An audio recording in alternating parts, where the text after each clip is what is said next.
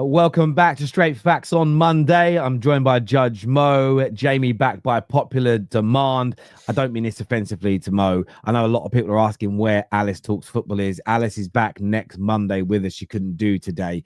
But we love having Mo here. I know a lot of you are asking. I thought I'd address that straight away. Lots to talk about this morning. We're touching back on last night's epic win for Portugal.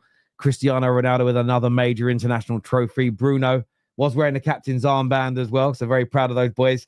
We're looking ahead at some transfers as well.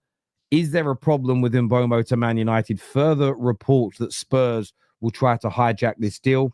The Spanish press this morning stating that Zubimendi to Arsenal will be hijacked. The deal was done to Arsenal, but in recent hours, things have changed.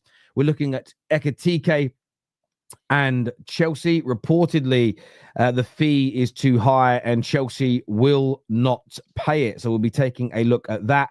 A new big bid for Wirtz as well. Plus, is this the week where the answers for Gyökeres arrive? Hit the like and the share button, people. But gentlemen, before we go any further, how are you both? You both well and good? Very good. Very well. Good game last night. Good to watch with not too much football on at the minute, but you know what? The Nations League as well. It's getting a good bit of hype. Like say the last kind of I think with all the players and because it's exciting. Joe. Because it's very exciting. But it other than Euros and the World Cup, you don't really see too much fuss about international games. But I think the Nations League is getting a little bit more credit now. And Ronaldo crying on the pitch as well. So is it a major trophy? I suppose we can have that debate. I mean, I said it was last night, and it's only because the amount of money that's being pumped at it. I get that not everyone recognizes it in that way, but also I think there's certain times where you've got to be player-led and fan-led. The Spain players look disappointed enough and upset enough. The Portuguese players and fans look happy enough. We saw Mendes, who was the rightful man of the match, almost in tears, being told he was the best player of the game.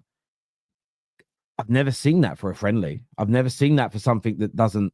Do you know what I'm saying? So for them, they took it really seriously, and I'm being led by them in that regard. You know, it's mainly England. It's the English football fans. We do this with the Carabao Cup. We do it with the FA Cup. We do it with the Conference League. We do it with the Europa League. We do it with the Nations League. We like to play things down, and I often think we like to play things down that we know we've got no chance of winning, so we don't feel so bad about it. But I think in reality, the majority of Europe has taken this competition. In fact, England fans are fucking bullshitters. We're bullshitters. Because it's kind of like the Super Cup, isn't it, of the international football? I mean, when Southgate got us relegated from the A groups so that we couldn't be in the knockout phase, we all wanted him sacked. So why would you want a manager sacked for losing games that were meaningless? It doesn't make sense. It's just, for me, I think last night, seeing Bruno win, seeing Rashford win, Ronaldo win especially, it triggered a certain demographic of people that Abus, anyone but United's, and the Ronaldo haters. But yeah, I was really happy for him. I thought it was a good game. I thought it was a good game as well, Mo. I thought it was entertaining. I loved the game, to be honest with you. And for everyone that is saying that the Nations League is not a major, you wouldn't see players fighting with each other. You wouldn't see players absolutely giving everything on the pitch, crying after the game if it wasn't, to be honest, like a serious game that they take serious. In terms of the game itself, there is one player that I was watching the game and I kept my eye on him, which is Nico Williams, to be honest with you. We know Lamine Yamal, we don't watch him enough, we watch him in the Champions League, some of the games. But I think the Zubimendi and Nico Williams are the two players that I'm keeping my eyes on him. Because I know that Nico Williams is linked to Chelsea and linked to Arsenal. There's a big move for him in the Premier League. And I'm just have to say, everyone that says that Nico Williams is washed, that he's not a good player, you don't know how to watch football, with all due respect, because the guy is so electric, direct, great on the dribble, takes a lot of spaces very, very well. His first touch is elite. All the diagonal balls that were played to him, he put them under control, not even 1 yard ahead of him. But just people like to shit on players, right? Because they're linked to a certain club or linked to a certain league or something like this. I think Nico Williams, if he joined the Premier League, will light up the Premier League, to be honest with you. And I want to see him in the Premier League, being someone that watched the Premier League week in, week out. Tactically, Portugal looked good.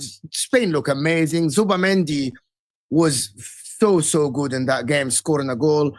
Mikel Merino, is not a player for us to sleep on. Again, with Spain, looked good. And if I'm looking at this, and by the way, Bruno Fernandes, again and again and again. People like to shit in Bruno. because they don't like him. They want him to leave the club, especially Man United fans. There's one player that in seriously in the league that is so strange, the treatment about people. You don't see rivals hit on Bruno Fernandes as much as Man United fans. And it's very strange. It's very strange. As some Man United fans, it's just against the club. The guy plays every minute for Portugal, never injured. Like, he's on the pitch and you watch him give everything. Rivals don't shit on him. Rivals think he's a good player. Rivals think no one is saying that he's anything. Like, you won't see any rival or Man United fan that support Bruno tell you that Bruno Fernandes is Zinedine Zidane. They tell you he's a good player. He provides something that we don't have at the club. Like, he's someone who, yes, spams a lot of like long passes and everything, but he does things that nobody else can do at Man United. But yet, you see Man United fans, aka Staffy TV, now Bruno, shit, we are going backwards if you keep Bruno. You're not going backwards if you keep Bruno. If you sign the Mbeumos and the Gyokeres and the Cunhas and you have Bruno, he will add to them. I don't understand this hate on your team. And it's not like, with all due respect, it's not like Bruno is like Arnautovic at Inter, for example, or Darwin Núñez at Liverpool. He's a good player who wins you a lot of games. People just like to shit on this player because of his behavior. His behavior is shit. Listen, he's a rat. His behavior is shit. No, he's not. I don't like him. His behavior Listen, I don't like him, but as a football player, his behavior isn't shit. He doesn't do anything different to the majority of players when they're disappointed. Most players, even the ones that we all love and they're nice people, scream and shout at refs and they look disappointing. The one thing with Bruno is when he does it, it's spoken about. And this is a lesson through life. When you start talking, for instance, no one thought or even discussed the possibility that Miles Lewis-Skelly had an attitude problem.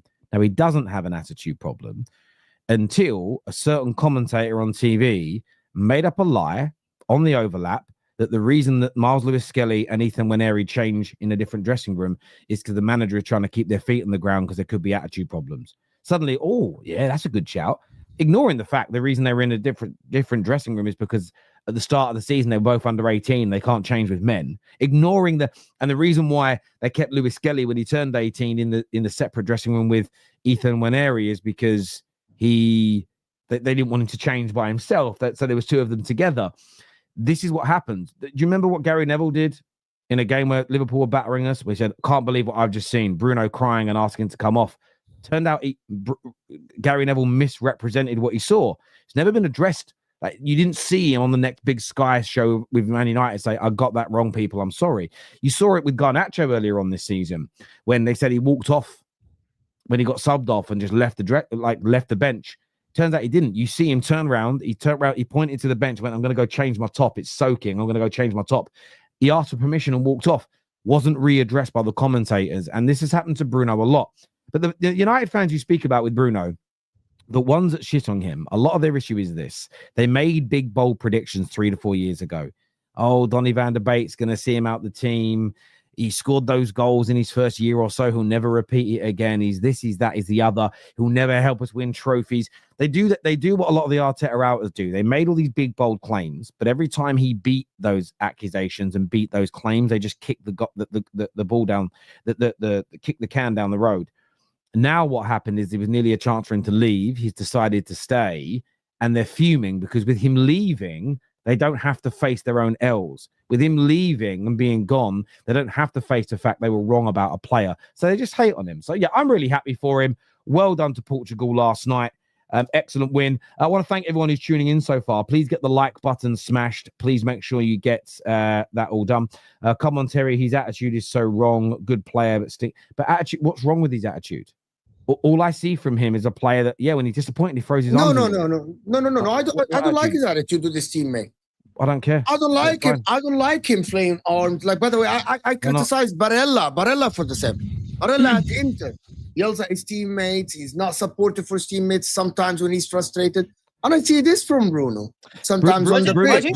I think with Bruno, though, I think with Bruno is it's more like an issue comes from the fact that United aren't winning. They're not in a good place as well. So like, I think Bruno, like he throws his arms about, he gets annoyed at the players around him because the quality isn't there. Like Ronaldo's done similar things in the teams that he's been in. He's thrown his arms around. He's given out. He's cried on the pitch. He's done a lot of the same things that Bruno has done, but he's obviously, and that's why people criticize him. And that's why people criticize Ronaldo. He's been a better team, so he gets the praise as well from, like, say, other fans and from the fan base that he's playing for. So I agree with you, Jamie. For me, it's this, right? There's ways of doing it. Bruno complains at his teammates. Everyone gets angry. I've seen Roy Keane square up to his teammates and shout in their face. I've seen Steven Gerrard get right in his teammates' face and shout at them and tell them off. We just pick and choose as people based on what we do in life. It's never what someone does, it's who's doing it. And I get that sometimes we see someone, how they look, how they behave, we go, I don't like that person. But there's no real logic to it. You just don't like them. So whatever they do, you don't like it. Yet someone you love does it, and you'll find a reason to justify. We see it in politics all the time, don't we? You've seen those videos, and they've done it for British politics. They've probably done it for Irish politics. They've definitely done it in America. Or they'll go onto a campus, or they'll go up to someone and read a quote about immigration.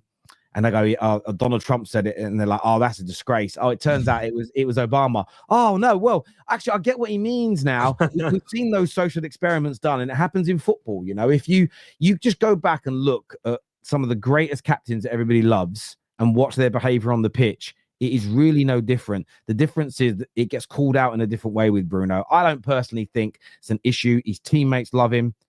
There has been never a story, and this is how I know what he does ain't a problem. There has never been a story come out of Man United in 5 years about players having an issue with the way he behaves, the way he treats them. In fact, it's the opposite. If you read up recently what he did for Xerxes when Xerxes was going through that bad time at the club, how he supported him, how he nurtured him, how he guided him. So for me, that's why what I hear from the outside versus what we hear internally, versus the fact there's no stories, versus the fact that there's no bad news ever about him, tells me that the way we perceive him is wrong. And I know that sometimes people say perception is a reality. Well, that's if you don't want to dive any deeper. But listen, viewers, give us your thoughts, give us your opinions on that. Moving on to the transfer news this morning. Big story, gents, that it's now been confirmed by Paul O'Keefe that if Spurs sign or get Thomas Frank over the line, they are going to make a move for Mbeumo and try to convince him to not join Man United. Can you see this happening? No, I don't. And if Mbeumo does this, okay, to be honest with you guys, I thought about it when I saw the thumbnail and Terry spoke to me about, okay, this is the agenda for the show and stuff like this. And I kept thinking about this, and all I can think of, if Mbeumo joins Spurs, what are the aspirations for Spurs? Do you think Thomas Frank is going to take them to the promised land and they're going to challenge for the league? Mbeumo joins Man United and they go and try to sign Gyokeres. They go and they got Cunha already. With Ruben Amorim won the league before in Portugal.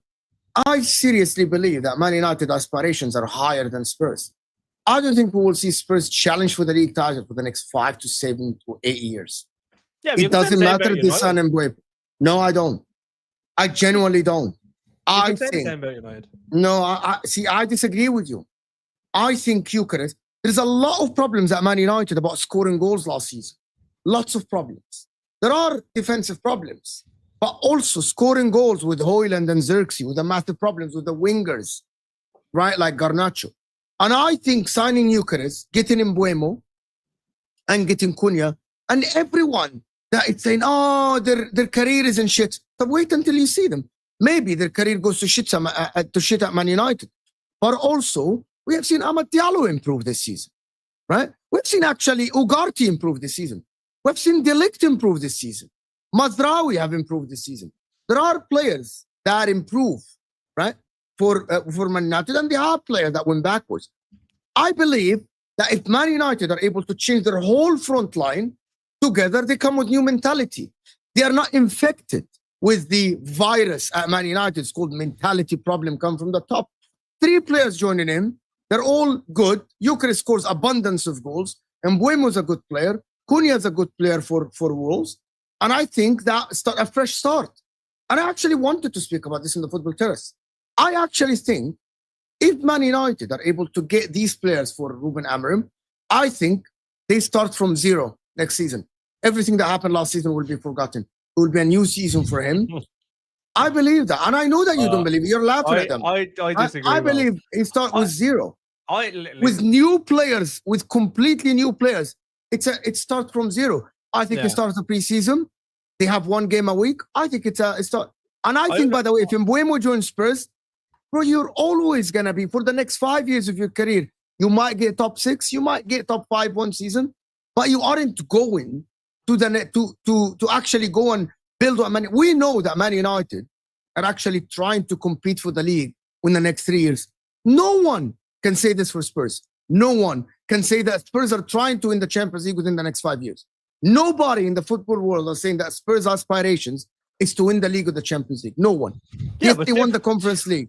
Yeah, but like Man United will have aspirations to win the Premier League and Champions League for the last 10 years, but they're just nowhere near it. So like it doesn't matter if you have aspirations to go and win it. Going and winning it and going and competing for it are two very different things. I think with United, and this, I think we're kind of starting the cycle again with United, where United fans are optimistic coming into the season. They're obviously going to sign Mbeumo and Cunha, who, if they do get them over the line, they're two quality players. But there's still a lot of work to be done at United. And to say that if Mbeumo goes and Cunha goes, that they'll be back like kind of where they need to be, or say moving in the right direction. But I never said that. No, so they're not. What I'm saying is that like so you're saying they are not going. No, you're saying they're not going in the right direction. That's what you're saying. You're saying they're not going in the right direction. Is you don't know how those players will adjust and how they will come in. Like when they signed Lukaku, Pogba, Varane, Ronaldo, and they were getting all those players in, you would have said they were going in the right direction, but they went backwards. So it's easy to say them getting down players in is going to be good, and like rationally you would think that they're going to move in the right direction. But United is such a big club, and the pressure that comes on players for playing for United, we've seen them wilt. So I think and to go back to the point of Mbeumo between Spurs and United, I don't think it solely comes down to just choosing United because of where he wants to be. I think Thomas Frank will have an impact on that, and he might say, I might play my best football at Spurs. They might be a little bit more stable with Thomas Frank going in. I think that's probably what he will look at in terms of him making that transfer. I'm going to say this on it. Listen, I said yesterday that I feel that this Mbeumo news is a little bit disrespectful towards Tottenham fans in the sense of how new is it? I don't believe that the talks with Thomas Frank have started in the last week. I believe those talks, I think Spurs have known they've been sacking hands for a long time. I think the stories about Frank have been going around for a while. So I don't think they're lying when they say Thomas Frank has asked the club to do what they can to get Mbeumo. But I think that conversation has already taken place. I said it yesterday. Paul O'Keefe, who's an intermediary, knows Spurs very well, has stated not what similar to what I said, but has also come out and said, I want to read his quote actually, so I'll make sure I get it right. And that is now disappeared and I can't find it. But you have something open and you close it. Hold on, let me show you. Oh, wait, it's gone. Yeah, it's gone. Yeah, he said here that Spurs are currently looking into Bryan Mbeumo. If they get Thomas Frank over the line, they will consider a move for him. So again, very different wording by Paul O'Keefe compared to the Mirror yesterday. And it's, they'll look at it if they get him over the line. But Fabrizio has already come out this morning, so a lot of United fans asking for an update, and said that Bryan Mbeumo is waiting for Man United as a priority. Thomas Frank is close to Spurs, so they will see what happens if he joins. But Mbeumo at the moment is waiting to see what happens with United. United are also very close to it, to an agreement and a breakthrough there. It's almost over the line. I'm never going to say never, because one, I don't want that egg on my face. Some people like going viral for those things, but I'll refrain from it. But I think it'd be very unlikely for us to lose him at this point, because I think that Ange has been sacked for 2 or 3 months in terms of that decision was made.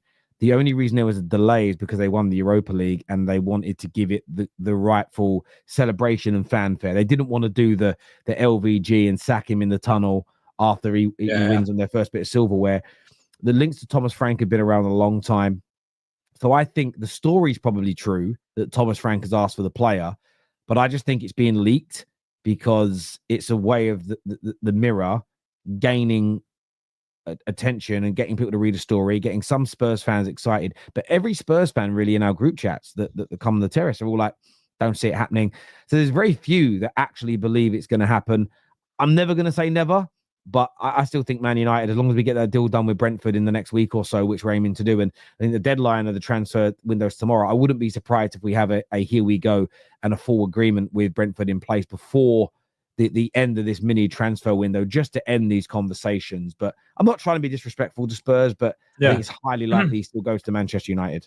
Yeah, no, I agree. I think it's more likely he goes to United. And I think he's probably looking at it from in terms of a bigger club, and United is 100% a bigger club than Spurs. In terms of where they're going to be in the next 5 years, I think most United fans are probably in agreement that coming off the worst season they probably ever had in Premier League history, like winning a league or winning a Champions League in the next 5 years, like that, I think that's a big ask to consider where he's at right now.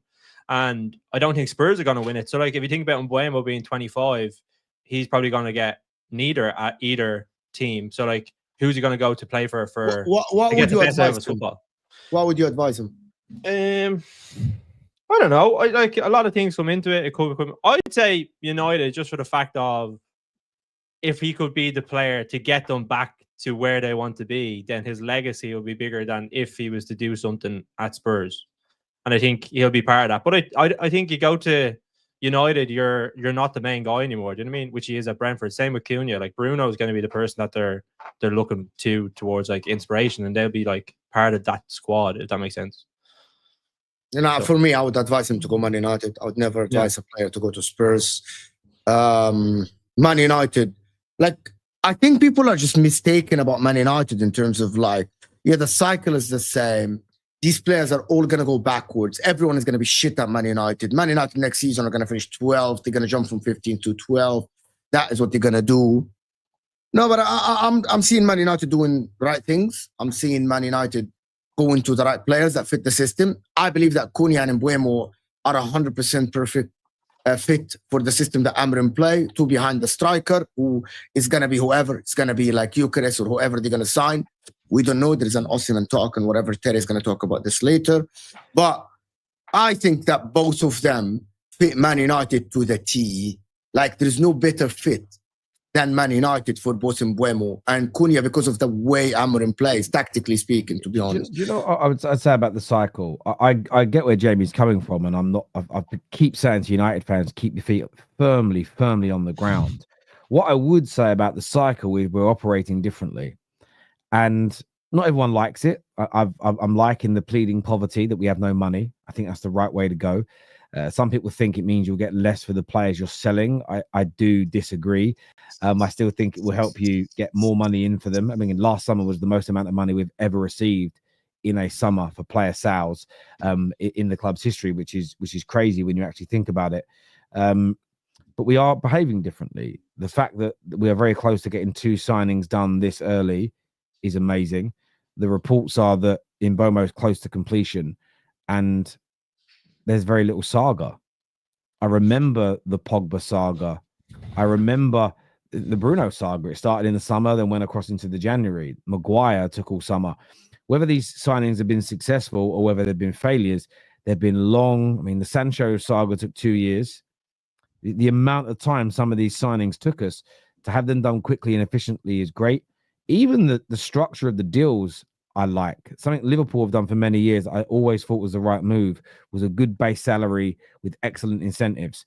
Yeah. And the reports, the real credible reports around the salary of Mbeumo is somewhere a base fee of around 150. Could be slightly higher, could be slightly less.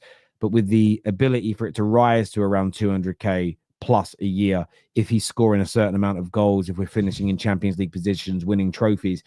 These sort of little bits of these little peccadillos of information show me that we're attempting at least to change that cycle. However, the proof's got to be in the pudding because we made changes last year and we had a very, very bad season.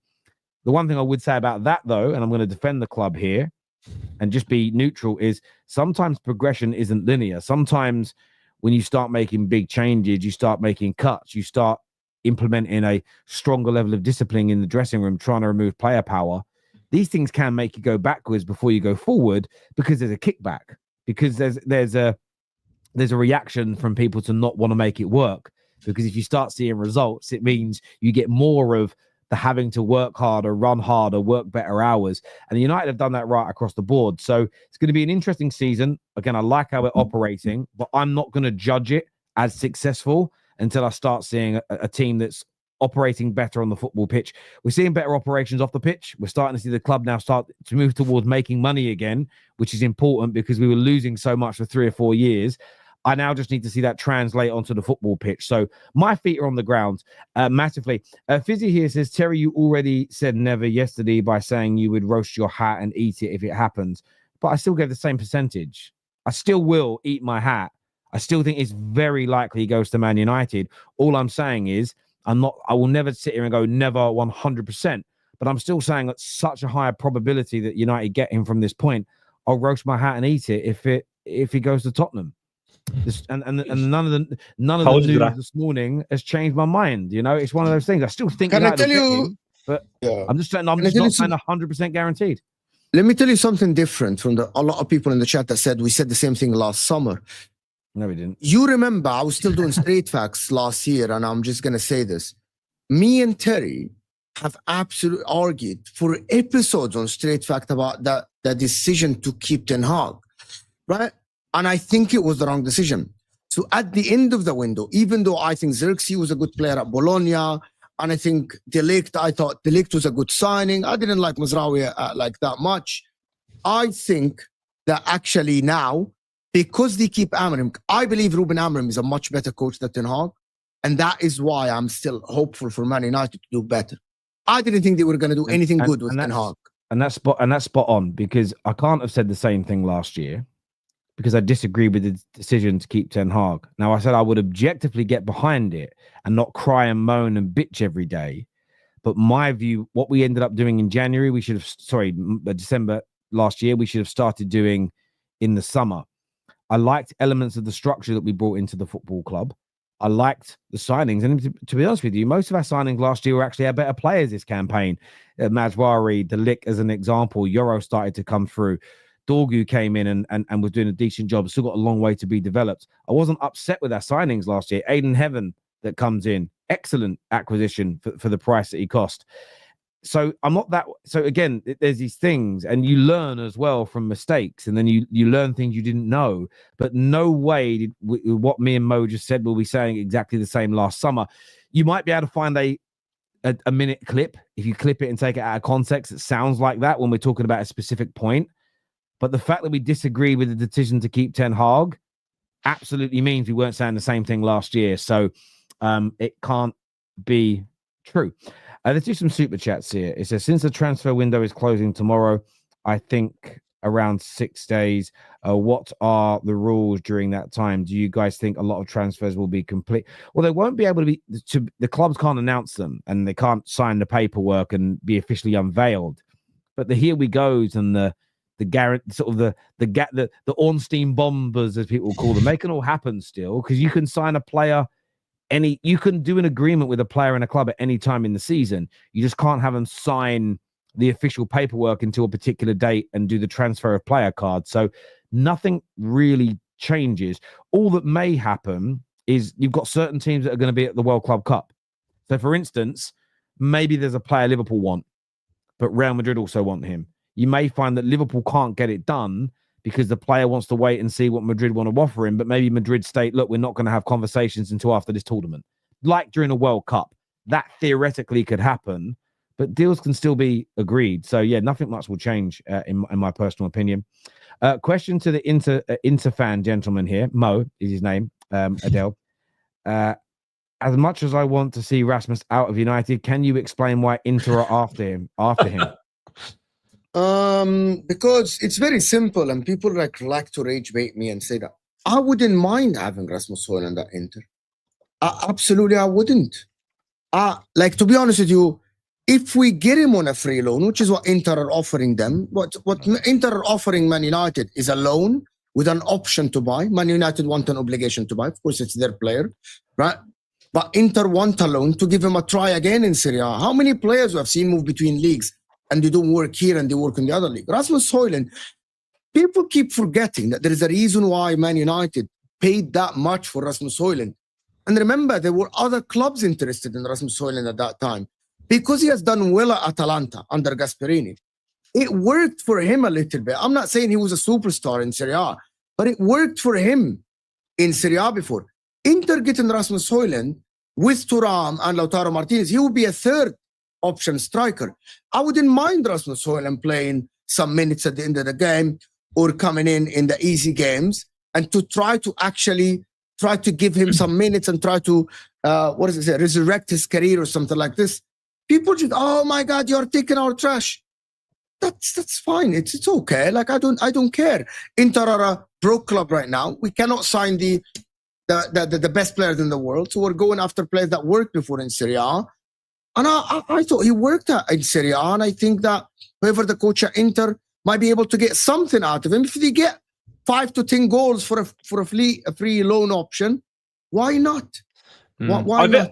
I feel a bit bad for Højlund in a sense because I don't know. The player that we've seen this season, United have been terrible, but I just think his confidence is gone and he just hasn't been able to get it back. Like he was playing there in an international friendly and there was a ball that was put through to him and just hit the back of his foot. I just think he's in one of those like positions right now where everything is going against him. And if he wasn't the leading striker at United and he had someone in front of him or 2 strikers in front of him, I think Roy Keane was actually talking about this on the overlap as well. It's like usually United have like 3, 4 really good strikers back in when they were really successful. And you were not relying on a 22-year-old to get you the goals every single weekend. And I think that's the issue with him playing as United striker. And if they were to sign a Gyokeres, and I know he's young as well, but or maybe 1 or 2 more experienced players and he could learn off them, I think he does have a place in this United team. And I think even last season, his debut season, he took a little bit of time to settle. Then he went on a run. I think he ended up with like 16 goals. For a debut season, it's not too bad at all. Do you know what I mean? And yeah, I think I agree. Yeah. I agree. There is a lot of banter there. I don't necessarily think Inter will get him on a free loan with United paying the majority of his wages because that doesn't suit the purpose of that loan. The point of a loan and selling him next year would be to cover the costs of a percentage of his wages and the amount we owe to Atalanta, so that when we sell him, depending on the asking price, we can sell him and there's never a book loss. United are looking to avoid a loss essentially. So if he's gonna cost us money, we may as well just have him in the squad. There's no point in him but there's I agree with you, but there's something you're missing here. It will be very hard for you now. This is what the angle that came from Italy, right? It's very hard for Man United to generate money for Rasmus now to get him off your books. It will be much better for United, like what you did with Anthony, like what you did with Jadon Sancho, to send him to Inter, him getting 10 goals at Inter, go back to Man United. You will be able to sell him because his wages is not as high. Those loans, okay, that's fine. But to my point, those loans weren't free loans and a big percentage of their wages were covered. So the point is, I'm happy to do that. If there is so for instance, with Chelsea, they didn't pay a loan fee, but they had to pay us a fee if they didn't want to sign him. Yeah. And they covered something like 65% of his salary. I'm kind of but by the way, Rasmus isn't on anywhere near as much money as he's on 90K.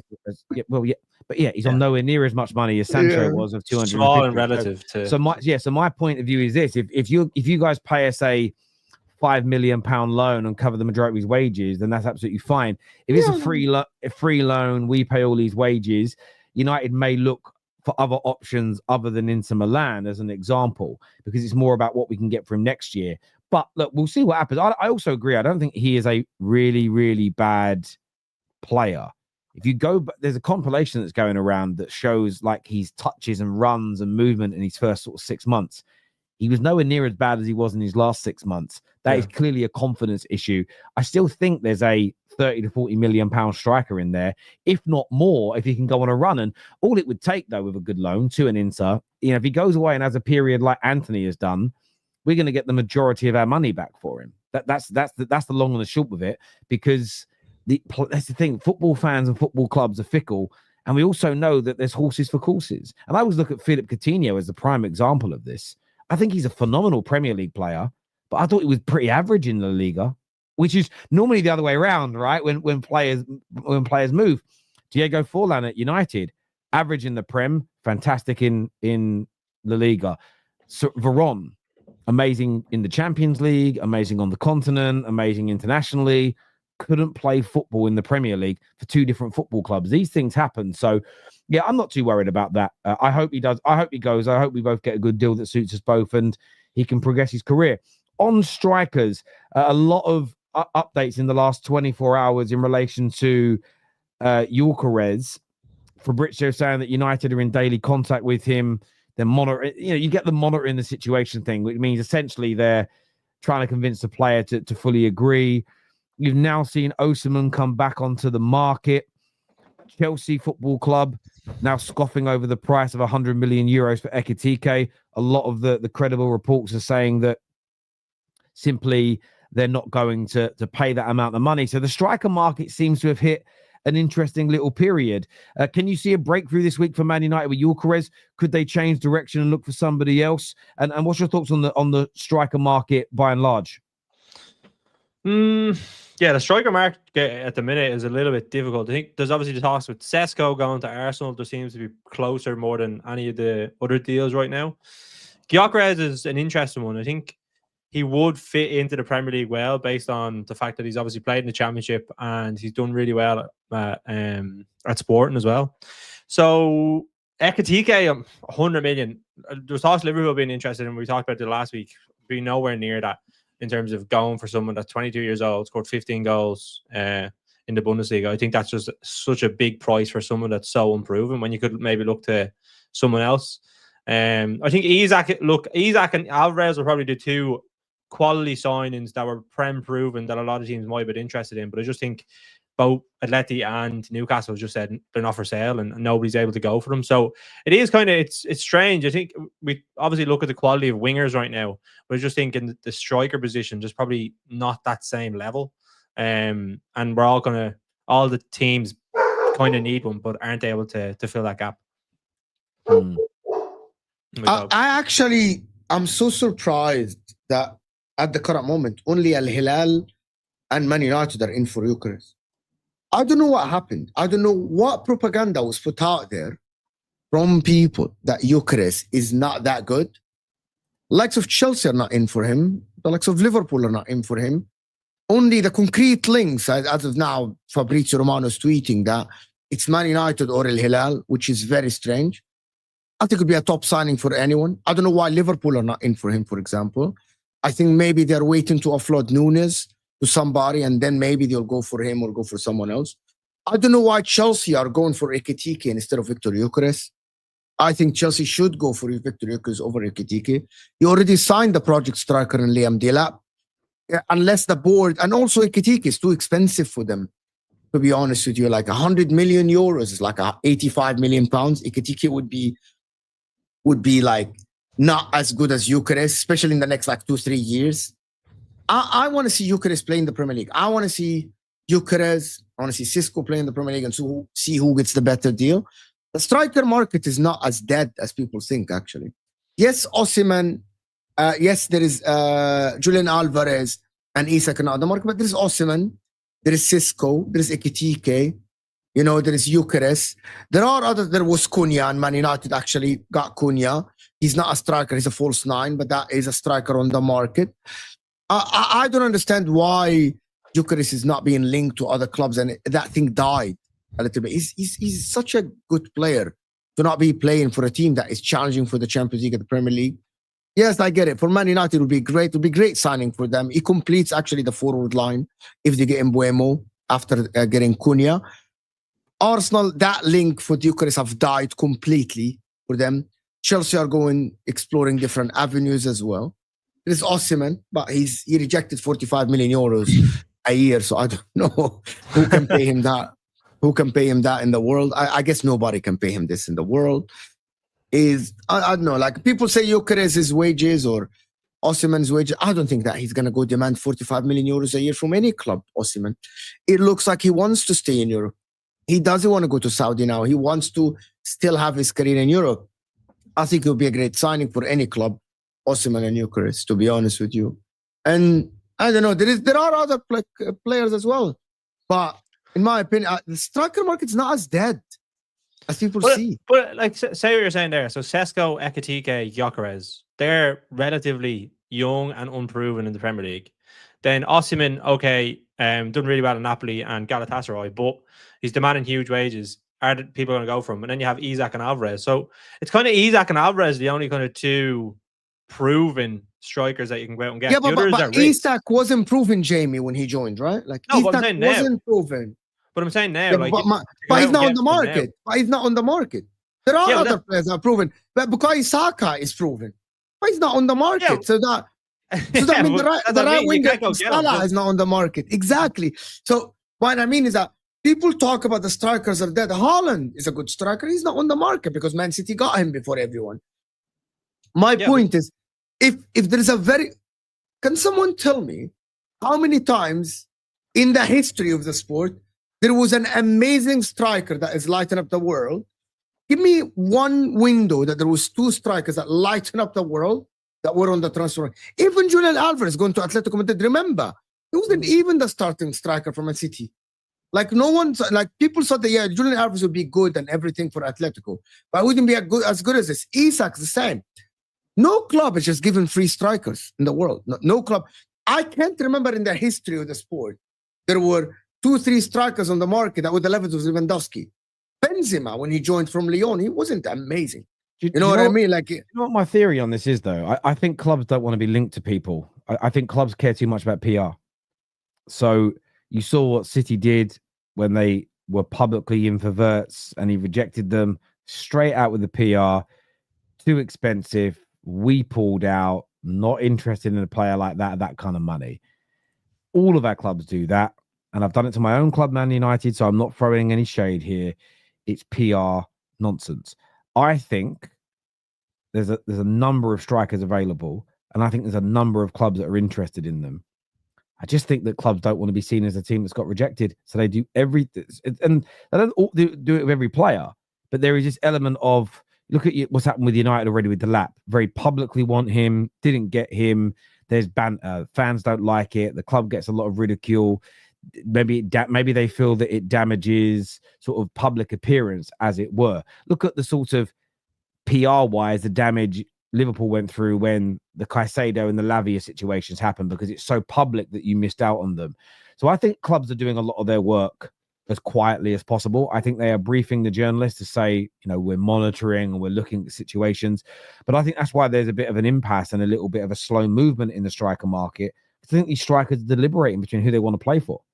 I don't think nobody's inquired about Victor Gyökeres. I don't think he's sitting there ringing his agent going, listen, hang on, the season's been over 2 weeks.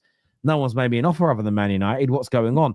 I don't think it's the case. I think it's numerous offers, but clubs are playing it down and playing it coy until these players make their decision. Because if Man United have got to kind of show their hand because of the situation we're in, but Liverpool don't want to be going out all big. Gyökeres is the main guy, or Šeško is the main guy, and then Arsenal or Man United get them both, because all clubs try and save face from a PR perspective nowadays. Mainly as well, I think, for the fans, because the fans are such babies when they miss out on a football player. It's like nothing. Grown men going. You've seen what happened last week with Newcastle, and I respect the football club. The nonsense that came out about Mbeumo were absolutely ridiculous. That's why I did the video I did last Tuesday about him being paid 800 grand a week and getting his own private dressing room. Daily croissants phone in from Paris. He gets to. That was true, no? Yeah, it might be true. Might be true. No, he's not getting. He's getting 250. Why? He's not getting 800. He's getting 250. It's reported. You'd never pay over odds for why? wages. It is reported. He's demanding 250. I did a video on that as well. Show us the evidence. Show me the evidence that he's not demanding 250k from Man United, which is his right. So I'll show you. By the way, the 800k thing was satire, but okay. I'll show you the evidence. Fabrizio Romano has said it. Cross odds are true though. Well, this is what's funny about it, right? So the reports, all the reports saying Spurs are going to come back in have all stated his salary is going to be less than 250. Equally, Fabrizio has said it's going to be a good salary, but it won't be as high as the 250 that's been out there. So there have been reports saying it's not that high. No. And there are other reports as well that people said he's demanding above 200k as well. Yeah. So there's no concrete. My point about it, there's no concrete evidence. So let me just finish the sentence. Hang on. When you say there's no, I'm just going to say one sentence. There's no concrete evidence that it's not going to be above 200. Okay, but this is where you're not maybe not understanding what us United fans are saying.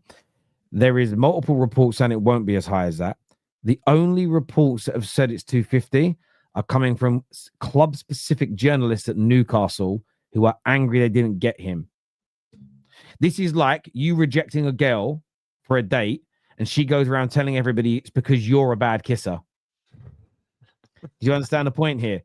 The player said no, so they've done what City just did with the Liverpool thing. No, because crazy money was being offered. Now, Liverpool are actually paying crazy money, but not for a player of Wirtz's quality. They're actually paying Wirtz the going rate.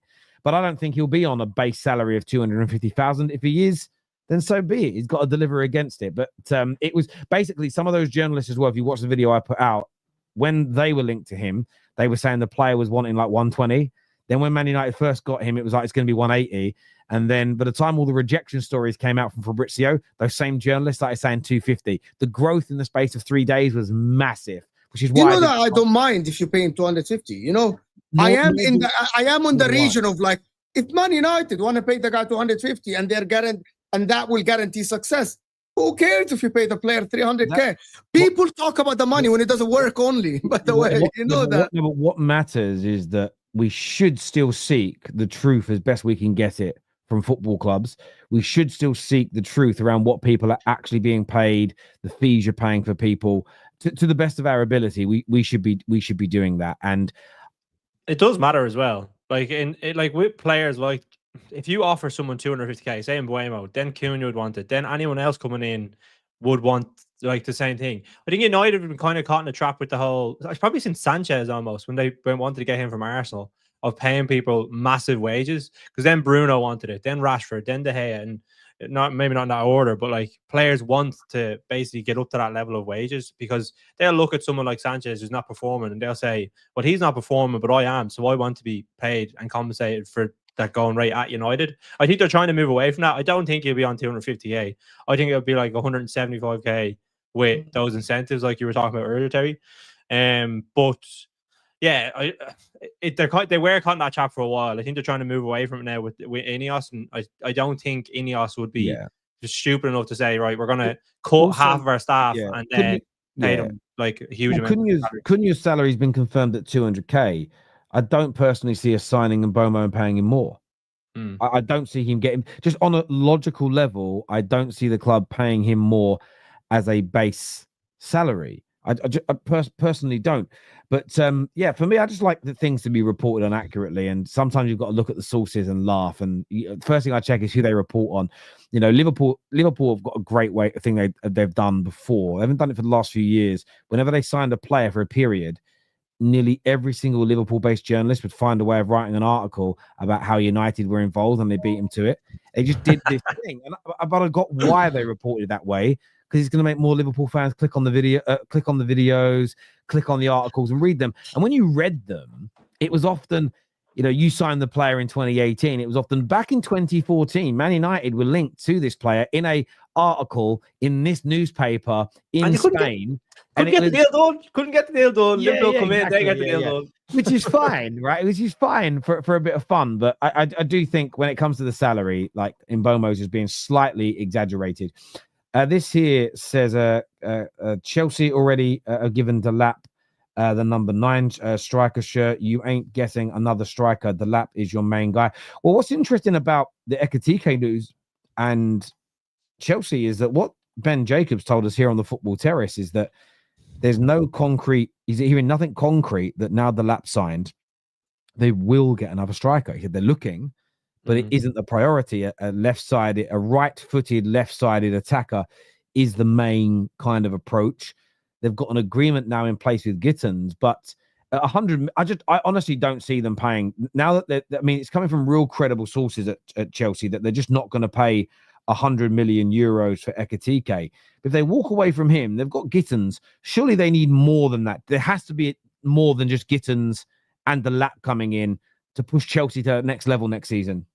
Striker, main one, and Osimhen or a Gyökeres, and that will push them to the next level with Cole Palmer, Enzo and Caicedo and Lavia and Santos coming in. Gittins is good. He's not the finished article. The They keeper still as can well. have Madueke. Keeper as well is big. They Like, are looking at man. another keeper. You know that they are getting. We all know. Everyone here knows that Mike Maignan, most likely 99%, will be a Chelsea player.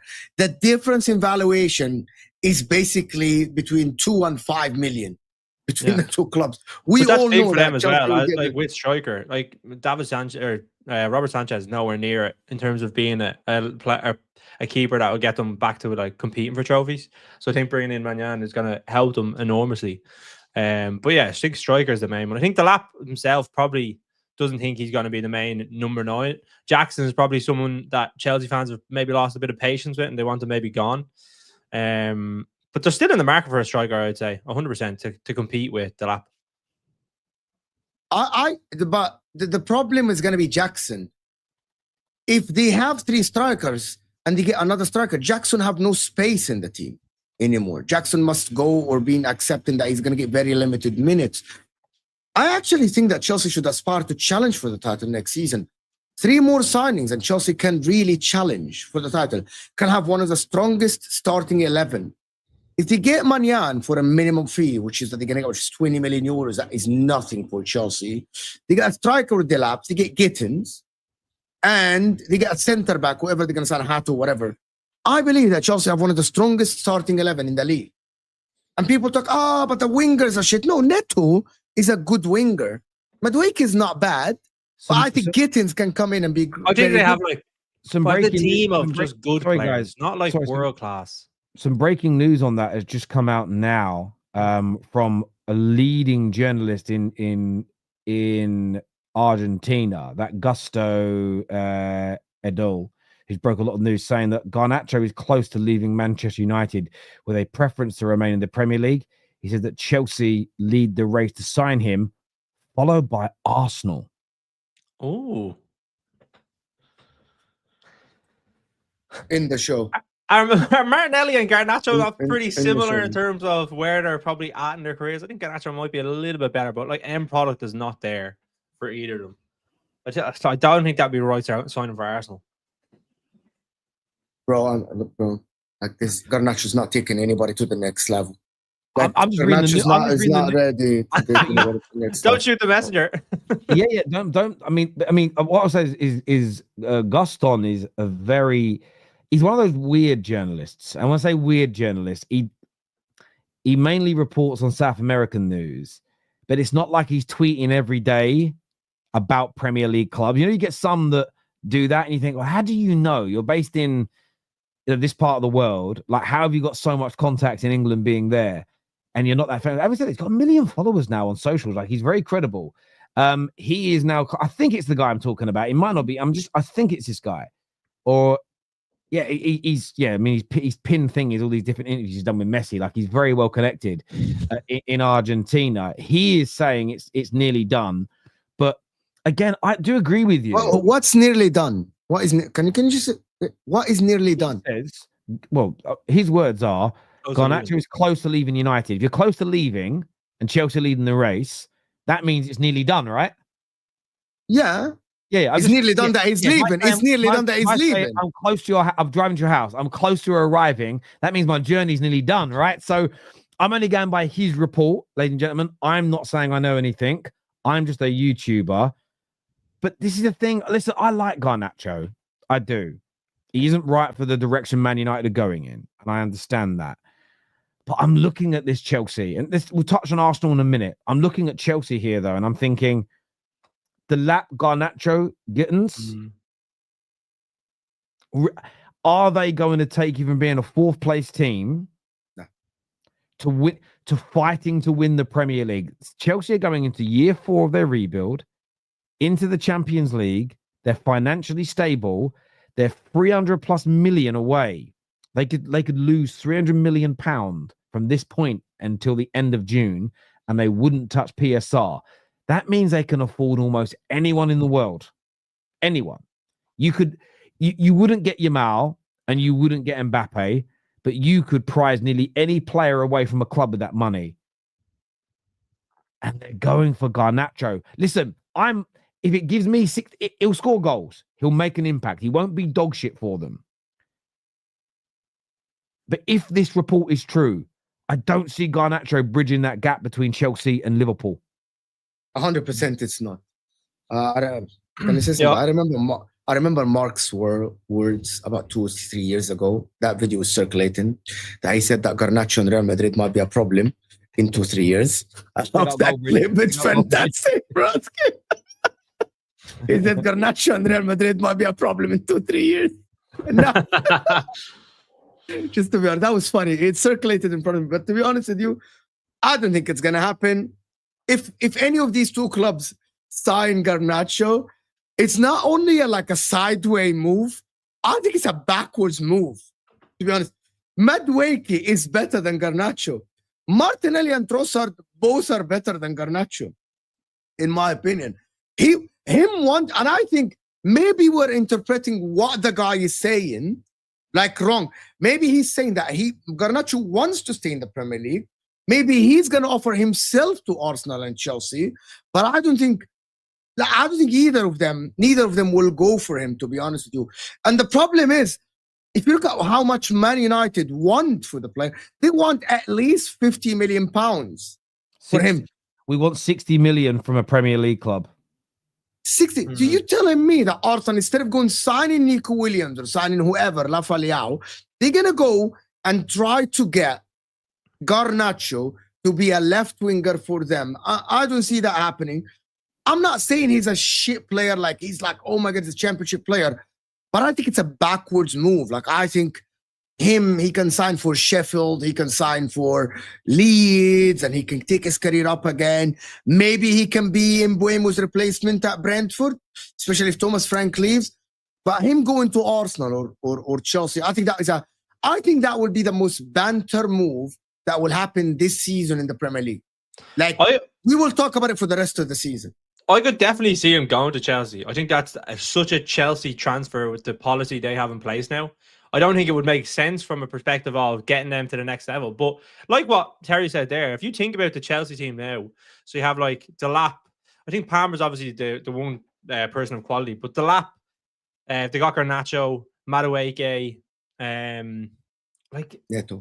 They're not Neto, yeah. They're players that are all kind of at a similar enough level. They could maybe have they could have bursts of form and play better, but they're not. I don't look at Chelsea and think that they're gonna be pushing Liverpool or Man City or Arsenal. What if they sign Gyökeres and Manyan?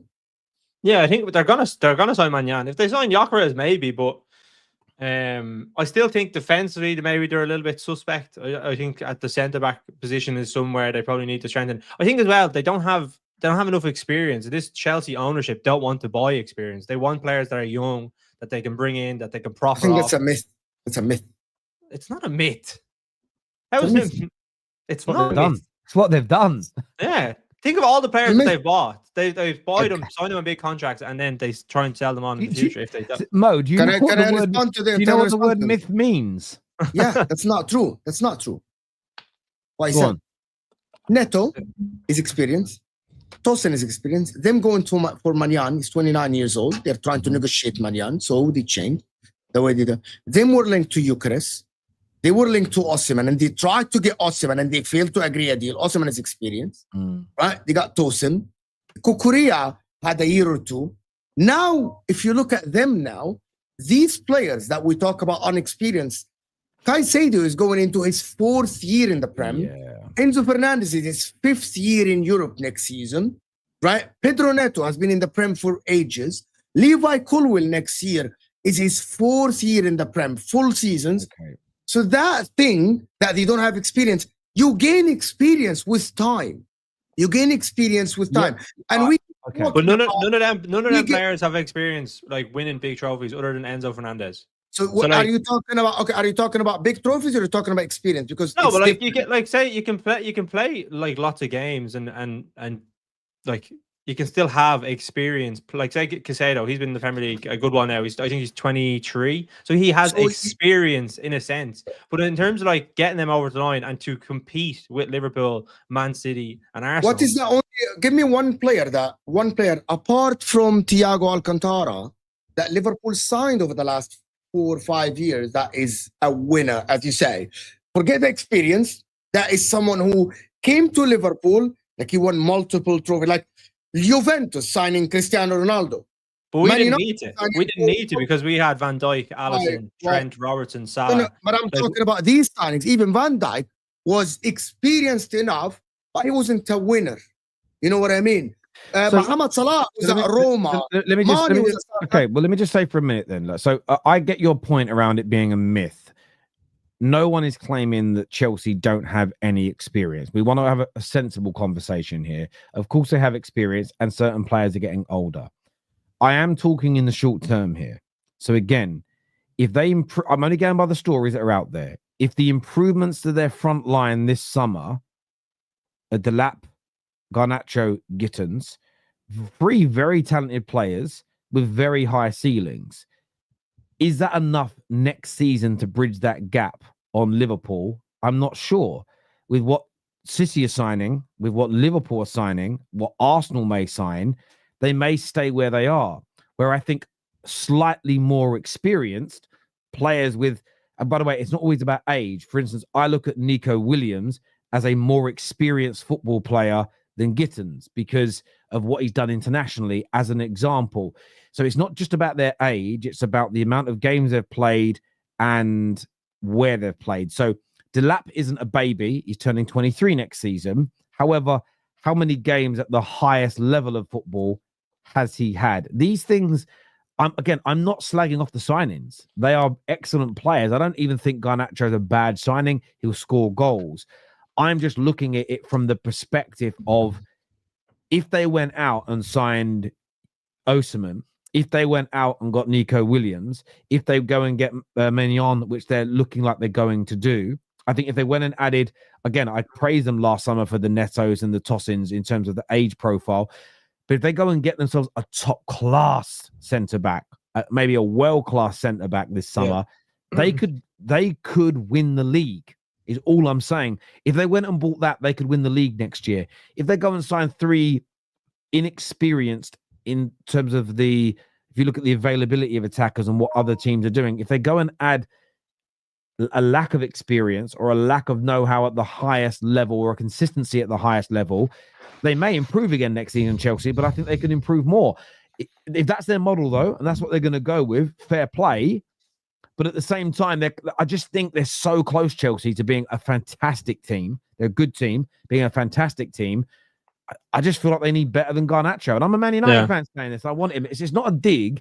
It's just, is it enough for them to win the league? I'm not sure. So are we only saying for Man City? Mo, but Mo, just on the Chelsea thing as well. Like what you're talking about, as in, like they have Gyökeres, they have Mannion, they have Enzo, they have Caicedo, all them players. And even Palmer, they brought in all them players when they were young. Do you know what I mean? They brought in all those players when they didn't have like huge amounts of experience. Now they're playing at Chelsea, they're doing better. But in terms of when they go out and buy players, they buy players that have a potential good resale value, or they sign them on big contracts. Everyone in the Premier League, most of the Premier League clubs, apart from Manchester United, buy players with potential to be world class. There is no team in the Prem at the current moment that goes and buys the players. Now, only Liverpool are doing this today with Wirtz. No, this isn't true. Again, so what you're saying about going out and buying the best players in the world from the other big teams, this rarely happens into the Premier League. You're right. But let's just go back as far as 2022. Luis Diaz signed. In 3 years ago when he was 25 years of age. Konate signed 3 years ago when he was 23. You've got the signing of Soberslai, mid-20s, McAllister in 2023, mid-20s, as an example. Last year, they only really bought in Chiesa. You keep going through it. You go and look at when they bought Jota into the club, and that was 5 years ago now, 23. Not so much of a baby. Thiago Alcantara came in. You go back the year before that, they barely signed anybody, to be fair, and they were absolutely ridiculed for not doing that. You go back to that really good summer they had when, Alisson came in. How old was Alisson when they signed him? I don't actually know. He weren't a baby, though. Yeah, 20, I think he was 26. 24, 25 or something like this. Yeah. 20, around the mid-20s. Like maybe younger, 26 as an example. And I think this is why it's important to look at. You know, you go back as far as 2018, which was 7 years ago, when they signed Fabinho, 24, turning 25 in the October. So again, it's not about saying Chelsea. I'm not saying Chelsea have got to go and get Vinicius Jr. They've got to go and sign Kvaratskhelia from PSG. They've got to go and get Barella from Inter. I'm not saying they've got to go and sign the best players in the world that are in their mid to late 20s to show they want to win. But I still think there's nothing wrong with having a model that Chelsea have done where they've gone out and bought some of the best young players in the world. I think they've done a fantastic job of cultivating talents like Lavia, players like Caicedo as an example. They have done a fantastic job there. I just look at this summer and think, is there not the chance of signing an attacker like an Osimhen? And by the way, the Ekitike has this same thing, even though there's more money attached to him, of if he comes in and isn't quite ready, I'm not saying it's a bad signing, but they could try and win the league next year. And I just want to know whether Chelsea fans would prefer that. Maybe they don't. Maybe Chelsea fans go, no, I'd rather buy young again. If we come fourth again, but we're getting better, I'm fine, because at some point this team will click into gear and dominate for 3, 4, 5, 6 years. If that's the model they want and they think it's going to work, I can respect that. I'm just stating they're talented. They're looking at talented players, but I think they should be looking at an Osimhen. I think they should be looking at a Nico Williams, not, if this report is true, Garnacho. And I like Garnacho. I just think there's better options out there that would move the needle closer to Liverpool. Yeah, players are taking to the next level. All the Chelsea fans are saying, okay, guys, all the Chelsea fans that I speak to, they want Chelsea to sign the likes of Gyökeres and Nico Williams in these players. The board are looking at Nico Williams. The reports are coming that Chelsea are looking at Nico Williams. It's too expensive. His wage demands are high. Victor Gyökeres, maybe they're looking at him. They're still working in the background or something. That is maybe the reports, but it has died down from both Arsenal and Chelsea. Ekitike, I don't think that he takes Chelsea to the next level. I don't think Delap takes Chelsea to the next level. But this thing that Chelsea don't sign any experienced players and they don't have experience, they do have experience and they sign experienced players and they're looking into experienced players. The Manyan, the Netos, these deals are experienced players. You don't have to sign 5 experienced players. Everyone wanted Neto.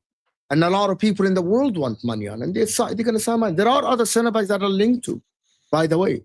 It happens and people don't want to admit that Chelsea maybe will sign 1 or 2 experienced and then 3, 4 youngsters. I think Chelsea are going in the right direction. I will wait and see at the end of the window who is the front line for Chelsea. If they sign Gyökeres or they go for Ekitike and Delap, that is not good enough for me. But I'll wait and see. They're still looking for a center back as well, experienced one or someone at the age of 23, 24. And I think that they'll be all right. You know what I mean? Chelsea next season. The only question is Enzo Maresca.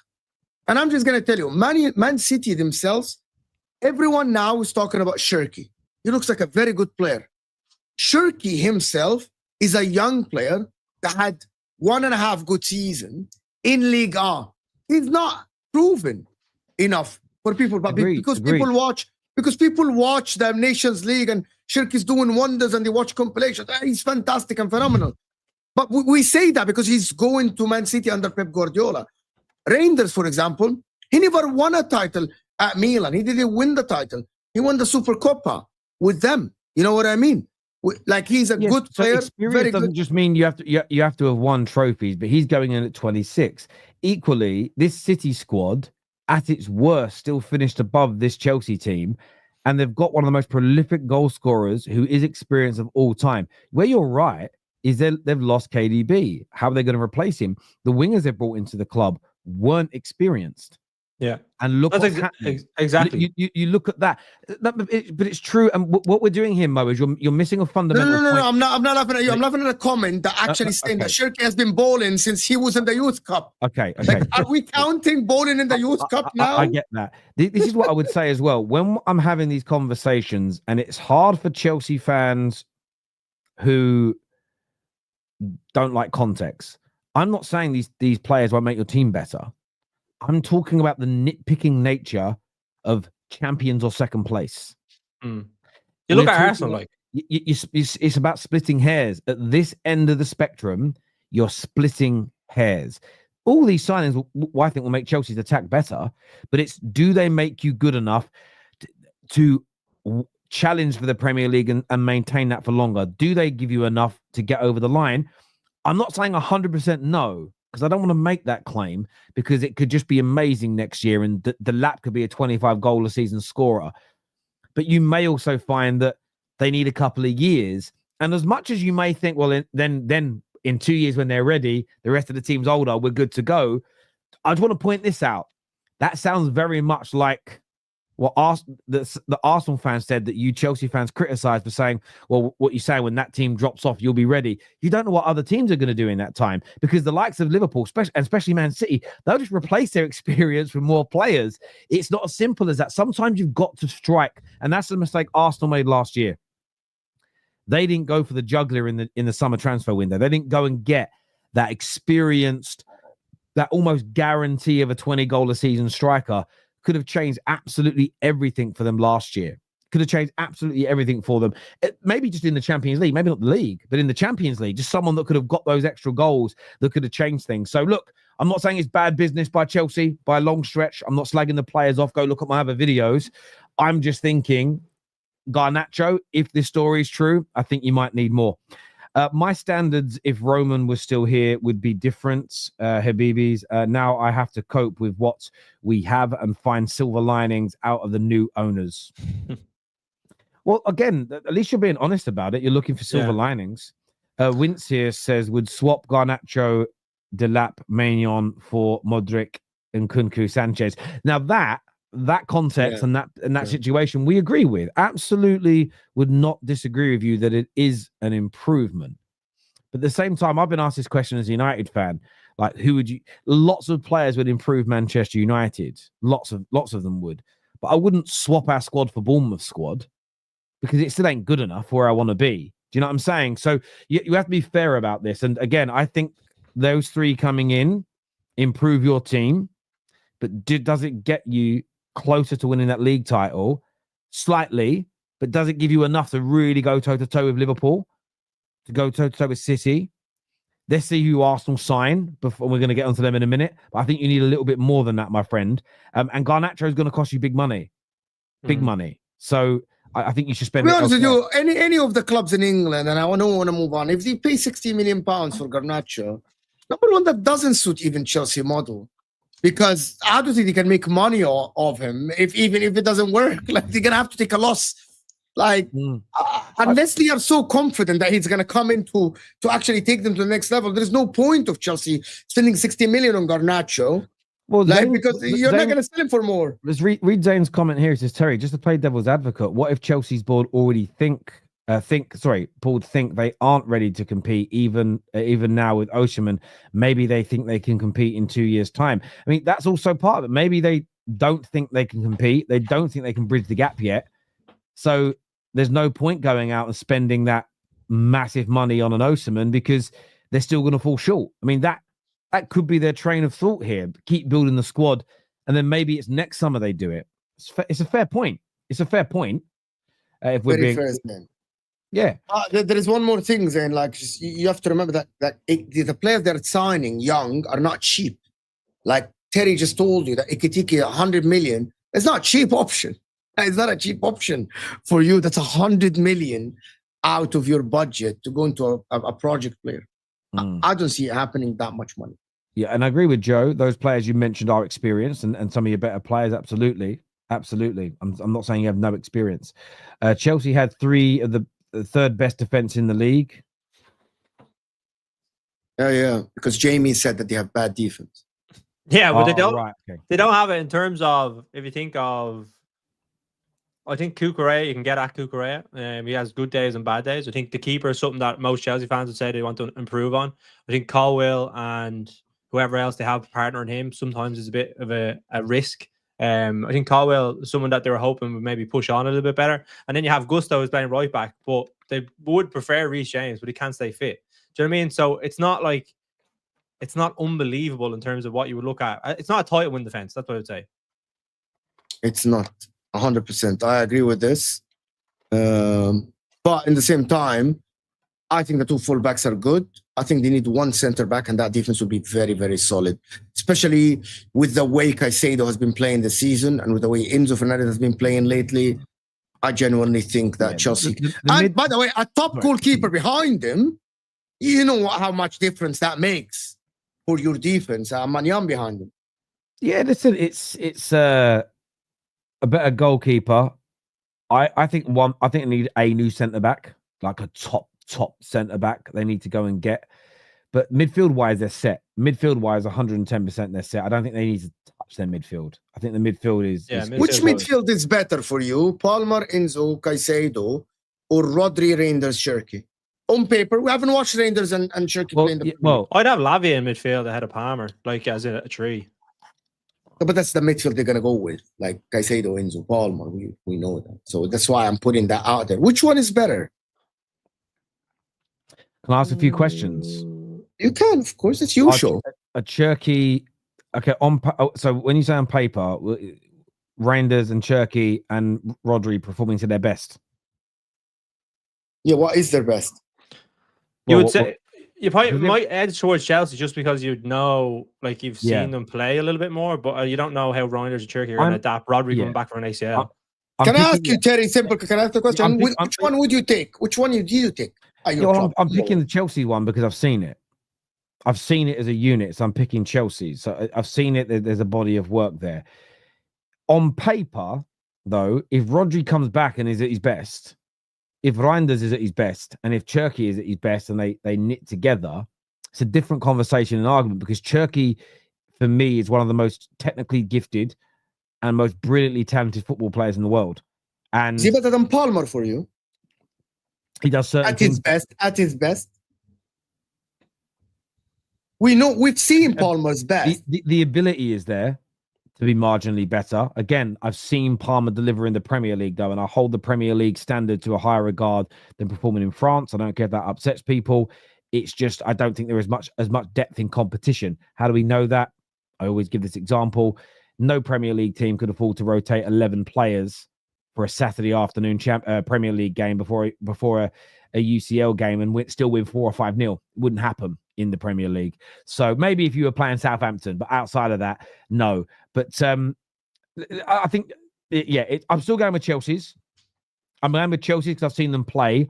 It's like I've said about Man United. If we get Gyökeres, Cunha, Mbeumo, and Gyökeres on paper, you can make an argument why it's the best attacking line in the league based on the goals they've all scored for their current clubs, the goal levels of Gyökeres. If they all perform to that level together at United, the problem is they haven't played together. They're in a different league. They're in a different system.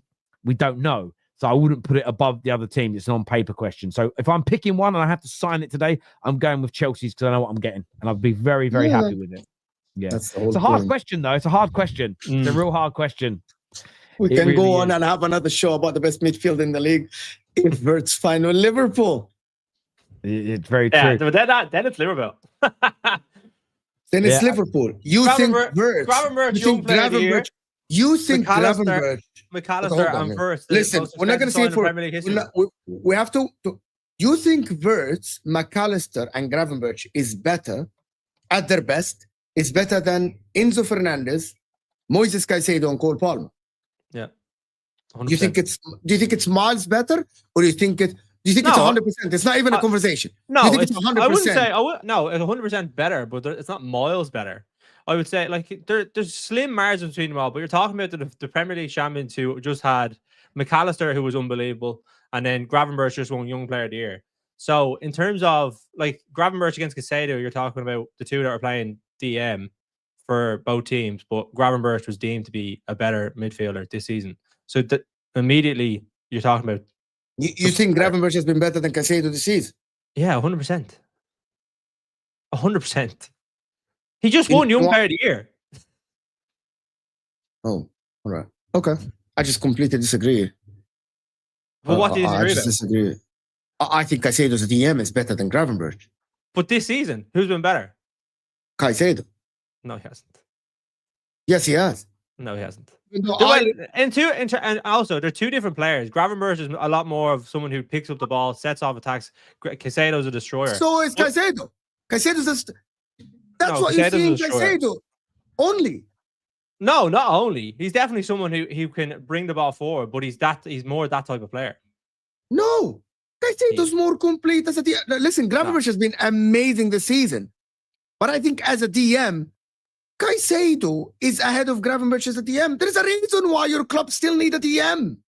We don't. We Why do you want think they to bring in want a someone DM? to support. We want to bring in someone to support Gravenberch. But Gravenberch, I don't understand how this is a big revelation considering Gravenberch is one young player of the season. He's been deemed He's the best, fantastic. one of the best amazing. midfielders in the league. He was amazing. And I'm not just saying, but you are saying that Gravenberch has been better than Caicedo. I don't think it's. I think you saying that your midfield, even with Wirtz, is much better than Chelsea, or it's not even you. What you're saying is that it's not even a conversation.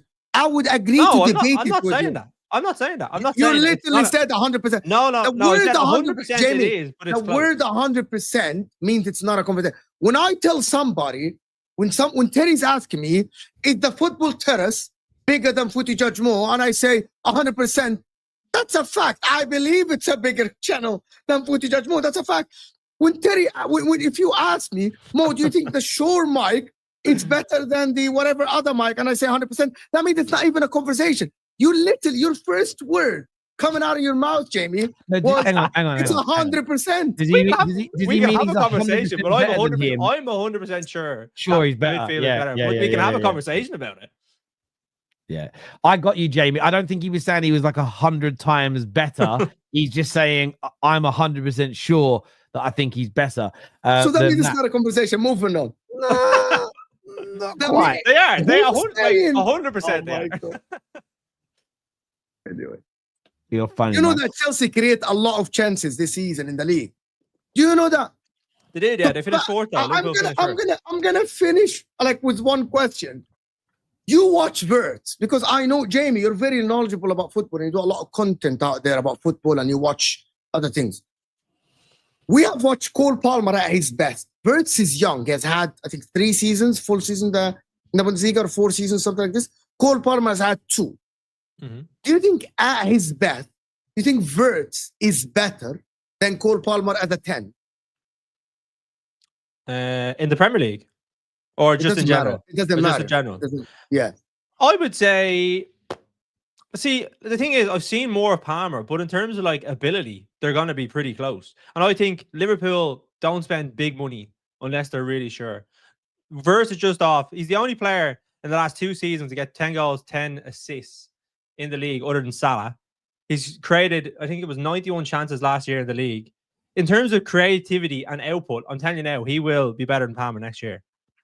I don't think that's a bad thing to say. I think he's going to be playing in the team that are Premier League champions, and he'll get a lot more out of him. Obviously, slot what we've seen him do with Diaz, Gakpo, Gravenberch in terms of getting players and getting the ability out of players. I think he will be huge for Liverpool next year, and I think he will be better than Palmer. It's obviously it's hard to, like we were talking about with the midfielders from Man City and Liverpool. We don't know how he's going to adjust in the Premier League, and that might be different. But Palmer for the 6 months of this season has been terrible. So in terms of like ability, I would probably edge of Wirtz right now. Would you swap Wirtz with Cole Palmer if you're out like now? No, you would. No. You would. No. Even though Cole Palmer is proven in the Premier League. I seen someone today document it right. I take a picture. I've clipped up.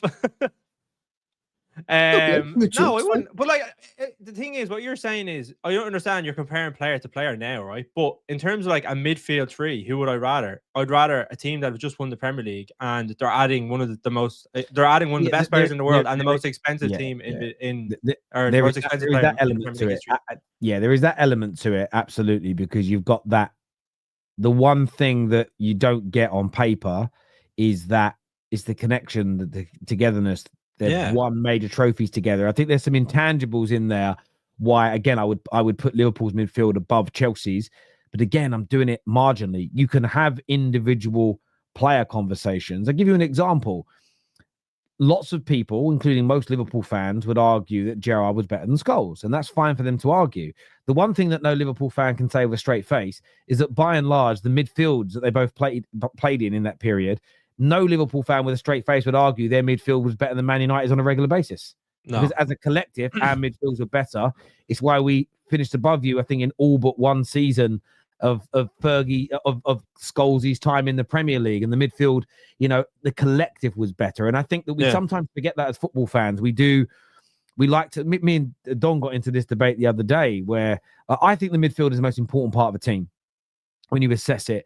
And when a team is doing well, I think that by and large, they always have a good midfield. You rarely see a team be very good without having a very good midfield. You can get away with a, okay, well, the goalie's not quite there. The left back's a bit off. There's a few defensive issues. Oh, this needs to score some more goals. But if that midfield is bad, I think you get exposed left, right, and centre. They all have very good midfields, but yeah, the only reason why I put Chelsea's above the City conversation is that 2/3 of that City midfield haven't played together yet.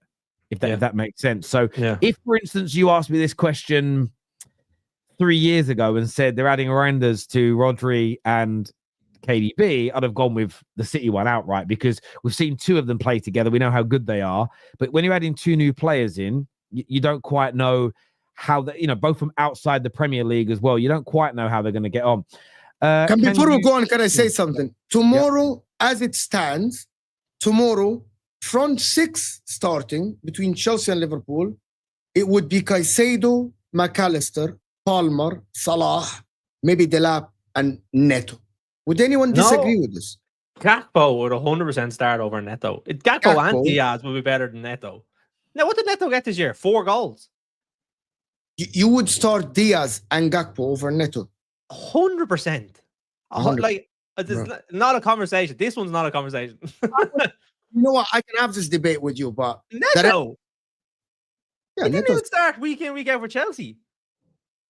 Maybe Gakpo. Maybe I would debate this with you, but yeah, maybe Gakpo. But I think Chelsea Gakpo's arguably the best left winger in the league this year. And he's been injured for like the last 10 games. He was unbelievable for a period when Liverpool weren't losing any games. He was unbelievable. He was scoring big goals, big games, was showing up. Unbelievable. I think he has 10 goals consecutively at Anfield. Only Salah has done more. And that, like, in Liverpool's history this season. Gakpo has been unbelievable. All right. I know unbelievable would be. Gakpo and Diaz. I can't believe you're picking Neto over Gakpo and Diaz. That is mad. No, I can't do. I hate Liverpool. I hate Liverpool with a passion. I like Neto as a player, but you've got to look at the delivery, the games they won. Like they were better than him last year. There's no doubt about it. I don't know if you're winding me up. I'm not. Some players need to leave for a different system to unlock their next step in development. Not too long ago, Salah and De Bruyne were part of the Chelsea clear out. Garnacho needs that. Listen, I'm not saying. Listen, I think it's a really good point. I think Garnacho is an excellent player. He just doesn't suit the direction Man United are going in. I think he could be a very good player for you. I'm not sure whether or not he moves the needle enough next year. I mean, he could do though. And the thing, if he goes in there and scores 15, 16 league goals, which, by the way, he'll be in the position to. Garnacho will... It's funny, because I was watching Rafael Leao last night. People would hear me go, he's so much better than Garnacho. Do you know the funny part about it is he's got more athleticism. But I see very similarities in the two players, barring the athleticism. I see players that 1 minute they take a man on and you go, wow. Then they've got an easy touch and it hits their foot and goes out for a throw in. And it's like, how did that happen? Does that make sense? They both got that in them. But equally, if he goes to Chelsea, feels the love, loves the position, clicks, gets on with the squad, there's no reason why he can't go on and score you lots of goals. Wirtz has 1 goal since January. Is that true? I don't know. Can you give us the socials of those gentlemen? It's either good or bad. Bro, just footy judge Mo. Big up. You're Egyptian. Just judge Mo. Anyway. What metrics are you using for the comparison? Liverpool won the league. Chelsea didn't. I don't understand your guys' logic. Well, 2 of us backed Liverpool's a midfield, so it's only Mo's. Mo's got an agenda against Liverpool. I got an agenda against Liverpool, yes. Mo, you have an agenda against someone every week according to the chat. Thank you, Red Devil Down Under, by the way, and to Annie for renewing your memberships with us today. That means a great deal to the Football Terrace. So thank you to you two gentlemen. It means a lot. Garnacho needs support, whereas Caicedo doesn't. sorry, Gravenberch needs support, whereas Caicedo doesn't, but somehow Gravenberch is better. Make it make sense. Say that again. Yeah. He's saying Gravenberch needs support, otherwise he doesn't look as good, where Caicedo can do it by himself. Well, yeah, maybe you could say like that, but at the same time, like Gravenberch is in a team that is like really good, and I think you can debate Gravenberch Caicedo. I'm not saying that you can't, because I really think Caicedo was unbelievable. But in terms of when we were going back to the point of a midfield three, I think that Liverpool's is definitely better.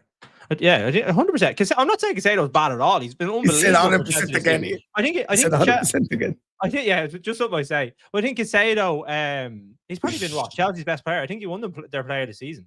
And I just think Gravenberch this season, in terms of the impact he's had on Liverpool, like Liverpool wanted Zubimendi. We wanted to go out and sign Zubimendi. We needed a 6. He comes in after us finishing third, falling off, and wins Young Player of the Year, revolutionizes the team in terms of slots for a season, and wins a league. 100% he's been better. Right. This here says, I don't watch Serie A. Do you guys rate Mignon? Yeah, he's very, very good goalkeeper. Very good. Great with his feet as well. He's fantastic. Very, very good. Chelsea are not signing Garnacho. Please, Kudos will be a Chelsea player. Yeah, I'd go for Kudos over him, by the way. I think Kudos is better, if I'm being honest with you. I know he didn't score as many goals this year, but I do think he is a better player. Inter are frauds, Mo, is what Hamid says here. Banter era incoming. Yes, Hamid. Banter era. TJD says United got worse every year he's been there. I think you were referring earlier to the conversation about Bruno. You could argue that, but if you think it's because Bruno's there, you're losing your mind. It's like people do the whole he left Sporting, then Sporting won the league. That means you're ignoring all the problems that Sporting had and all the work that went in by Ruben and the guy that's now at City, whose name I forget. The work they did and the clear outs they had to do and the riots that were happening literally at the club. So the idea that Bruno left and they suddenly became better, that's what you call, it's the phrase correlation and causation are coming into play. Man United have been on a steady decline. And I always take verse from this when it comes to a United legend in Brian Robson. Joined in 1981 and Man United got progressively worse until Ron Atkinson was sacked. Fergie came in. There was a slight improvement. Then we got worse again. Then we got better and went on to win loads of trophies and win the league. And he was there at the back end of that. He was there when we started getting worse, and then we started to improve. Then we got worse again. Then we got better. The correlation that Bruno is the reason that we're bad is crazy, which is part of the reason why I don't want him to leave. Because if we do get our ducks in a row and improve our squad this year and we can start improving with him being in the team, where if he was to leave and we started improving, you would get that kind of that low IQ opinion of, see, Bruno's left and we've got much better, but they would ignore all the other factors. It's like me saying this. Have you noticed that Liverpool only started challenging for winning league titles once Gerrard was gone? Didn't win one about Gerrard, did they? Like, Gerrard was not the reason that I know there's the slip, but you were in the title race because of him. But Gerrard was never the reason that you weren't winning league titles. Do you know what I'm saying? Why'd you have to bring that up? Why'd you bring that up? It's great. It always makes me smile. I'm happy Yamal was humbled last night. He needs to recognize he is still very young and not an all-time great. He also happy for CR7's win, a United legend. Adil is an Egyptian that supports Real Madrid. Right, Adil. Do you know what? Egyptian supports Real Madrid. There was a lot of stick for Yamal online last night. There was, yeah. It was crazy how many people were already hating on this 17-year-old boy. No. I couldn't believe what I was seeing. We love to build people up and then tear them down. I think that's just the way to go. But I think more credit has to go to Nuno Mendes. Like, he played against Salah or Saka and now Yamal in big games, and he's just been unbelievable. Like, how much would he be worth now? I seen someone do a video on it, and probably just a more question than my opinion, but is Nuno Mendes probably the best left back since Marcelo in terms of like all-round ability? No. That's a question. That's not my opinion. Okay, I'm answering. Well, yeah, no, but who would you say? I think Robertson has been better than him. Nuno Mendes, not yet. I would say Robertson was phenomenal. Probably, yes. But Robertson was given. Robertson as a fullback was ridiculous. Like but the I would say numbers he put out. Robertson was at the highest level for a long time. Mendes has hit this level now.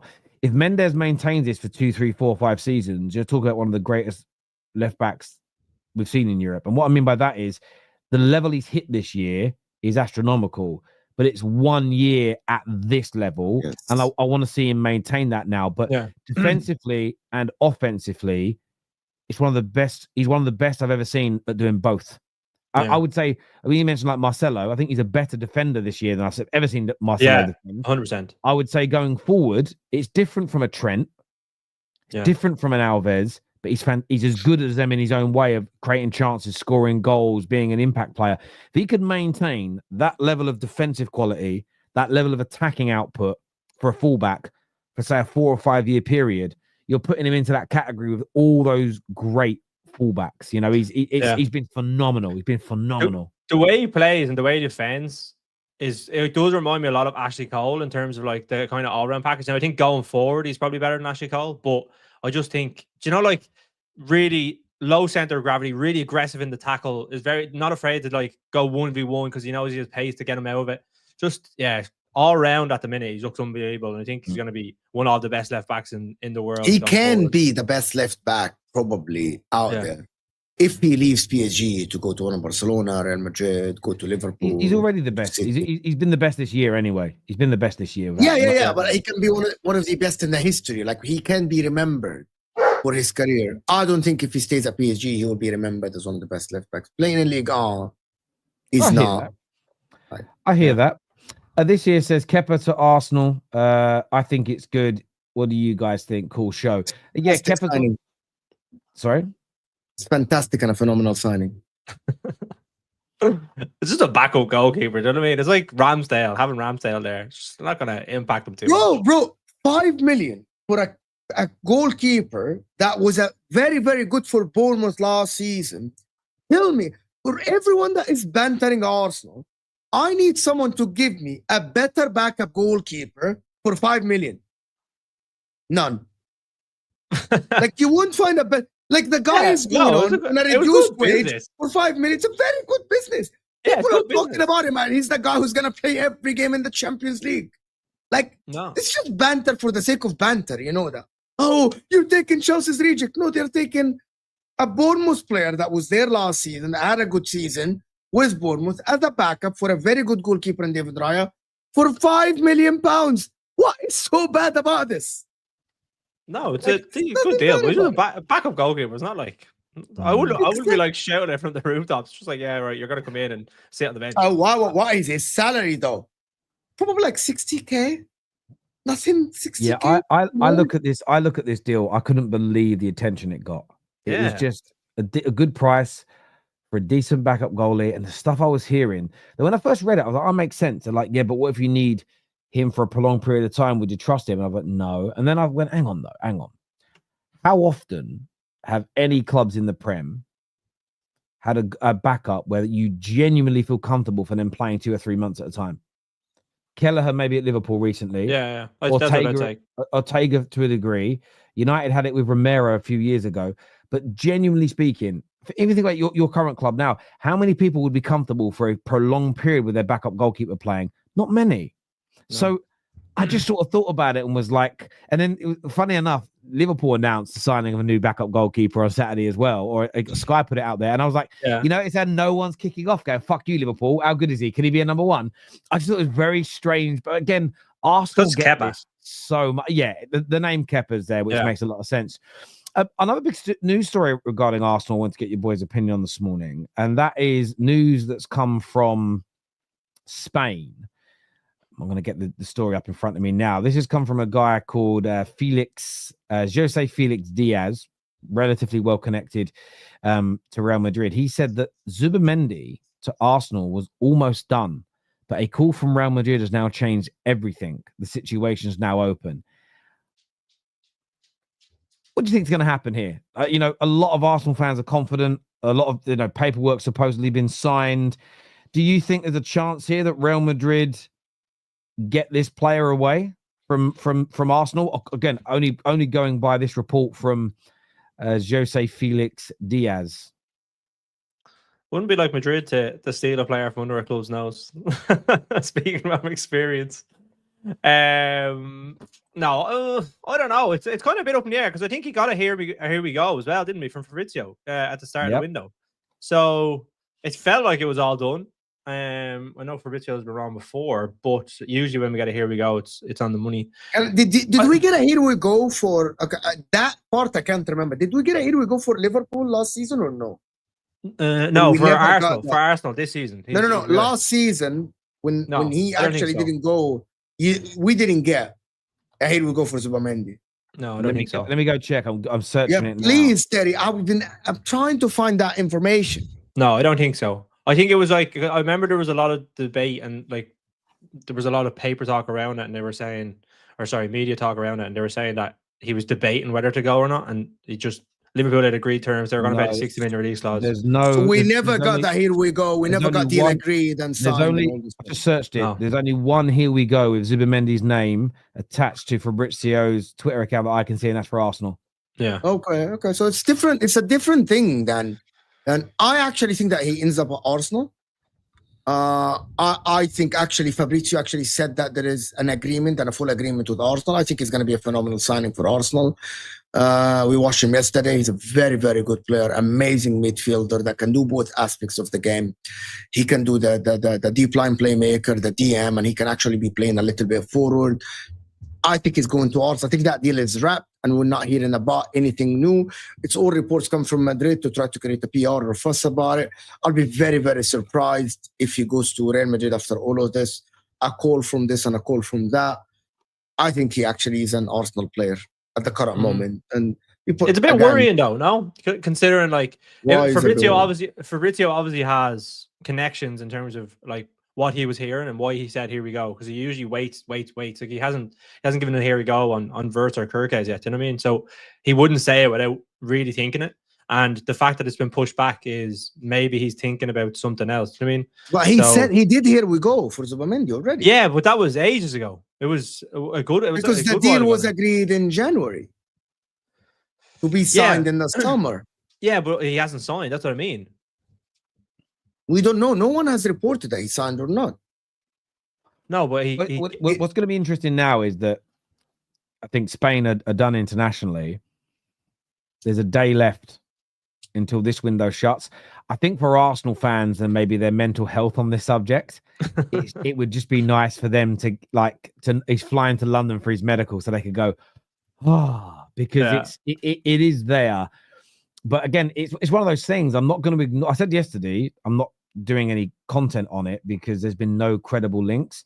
There's now a credible link from a journalist, a big journalist, who is saying that Real Madrid have changed the game here and they're going to be able to pull him away. I mean, theoretically, until the player's holding the shirt, anything can happen. There's famous examples of that with like Willian literally completed his Spurs medical. There was nearly a famous one. People forget this about Ozil. Ozil done his medical with Arsenal and basically was refusing to leave the room to go and sign the paperwork because there was talk Man United might come in for him and he wanted to wait. We didn't. I wish we had done, but we didn't go and get him. But this is I've said this all along.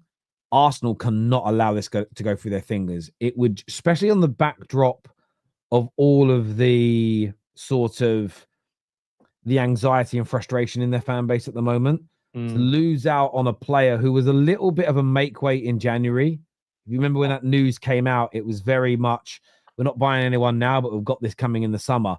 To lose out on him, I think that will be a very painful and very bitter pill for Arsenal fans to swallow. I really, really do. I think it will be a hard one, that I do. But I think it will join Arsenal, Terry. I think. Yeah, I would be a little bit worried if I was Arsenal, just because of obviously the stuff that has come out with him saying how comfortable he is in Real Sociedad and how he's so big on the culture and where he's like living.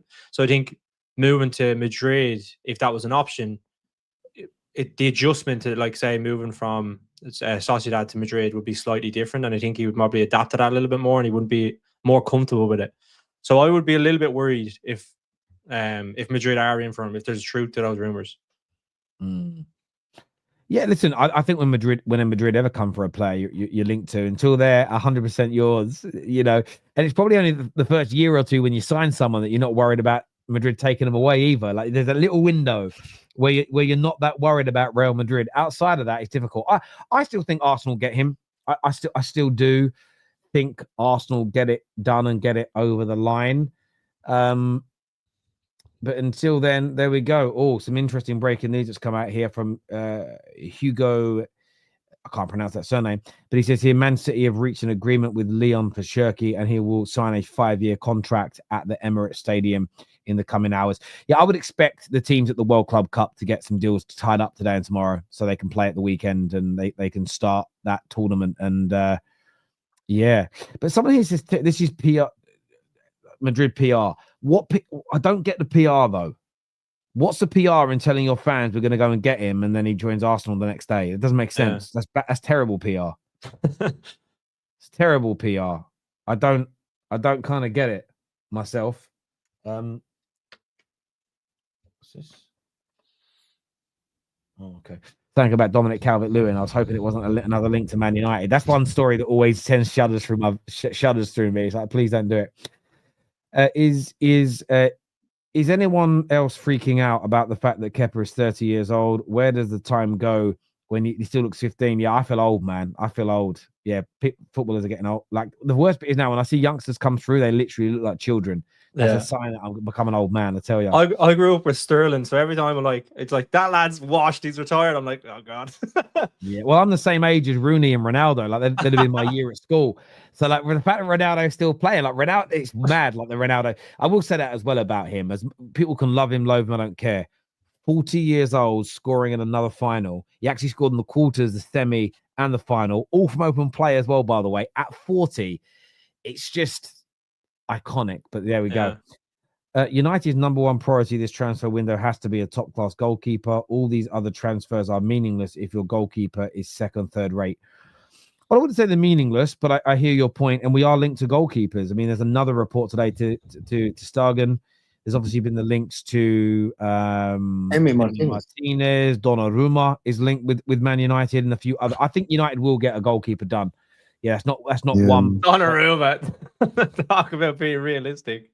Yeah, well, I'm just going with the links, you know what I mean? Yeah, I mean, they're out there, so we're linked to lots of people. But there is talk that he doesn't necessarily want to stay in Paris, so there's clubs that are going to go in for him. And again, I'm one of these fans. I don't mind being rejected. I'm very open to it. If Donnarumma says I want to leave, I want to throw her out in the ring. If we get told no, we get told no. I'm more embarrassed about not trying than being told no. Personally, that's just kind of my way. But that's just me. Terry, you can buy the Stegen from us. Okay. Yeah, he wants to leave Barcelona. Well, he doesn't want to leave Barcelona, but they want him out. I've seen he's a 3-year contract, and they said they were going to pay him a year's salary. Yeah, but he wants the guarantees that he's going to play because of the World Cup. Yeah, and they told him you're not guaranteed to start. But anyway, I think the thing is that if Van der Sar came out of retirement, he'd be guaranteed to start at Man United. So, you know, we can guarantee a starting place to most goalkeepers around the world. We really can. If Newcastle are signing João Pedro, are they selling Isak? No. I think they'll probably learn from the fact of, obviously, when they got Champions League the first time, they didn't have a squad that was able to compete in the Champions League and the Premier League, and they obviously got a lot of injuries that didn't help. So I'd say they're trying to try and bolster their squad a little bit more. But all the reports are saying that they're going to keep all their kind of main players like Bruno G, Isak. There hasn't really been too much talk of like teams close to like say agreeing a fee or anything like that. Away, yeah. I agree. Abdi says Terry Zubimendi is a Kroos replacement, and he might very well be. And there's always a possibility he ends up at Madrid. What I would say is Madrid are about to go to the World Club Cup, and I know they've got a new manager. Wouldn't it have been the perfect time to go and get him for that tournament? It would have been perfect. Exactly that. Like, why would you not go and get him? Like, it would be done already, would it not? Yeah, the tournament is going until July 15th, so it's better to do it now. Zane here says Zlatan is one of the most underrated players because he is a big mouth, but the man was helping Milan win Serie A at 40. What a legend. What a man. Great player. Phenomenal player. Yeah. One of the biggest, like him and Buffon two players I just can't believe, and R9, can't believe they didn't win a Champions League in their career. Mad. As well, it's worse for like Zlatan because he was at Inter, then left, then went to Barca, and then left. They've won it like the year after he left. Yeah. But that would be another one of those correlation things. It wasn't because he left that they won it. It's just it's just these things happen sometimes. But I mean, I know he won the league this year, but look at Harry Kane with Spurs. He leaves, they go and win a European trophy. And I saw a Spurs fan say this. Like, do you reckon he wish I do think if he could swap to have won a trophy with Tottenham instead of having the league title with Bayern, I think he would take it. But yeah, that's the nature of the beast. That is the nature of the beast. Look, I want to thank every single person that has tuned into the show today. Jamie, let everyone know where they can find you, brother. The Football Story on YouTube. That's kind of where most of the content is going up now at the minute. So yeah, the Football Story. I'll throw in the chat here. Yeah, right in the chat so everyone can go and subscribe. Mo, where can they find you? They should know, but they might not. Footy Judge Mo. Just Google Footy Judge Mo. You'll find me everywhere. Yeah, of course. Make sure you all go and get that done. We're going to be live tonight again at 6 p.m. unless there's breaking news in between for the Top 6 show. Yeah, that's the YouTube channel there. So go and check it out now, people. The Football Story. If you're saying Story spelt wrong, that's how he spells his surname, people. Brain. Yeah. You spelled Story wrong. That's clickbait. It's like, yeah, you spelled the story wrong. Yeah, it's clickbait. He's clickbait. He spelled it wrong. Listen, everyone who's tuned in, a big thank you to each and every single one of you. Until next time, people, take care. Goodbye. God bless. And we'll see you all again soon.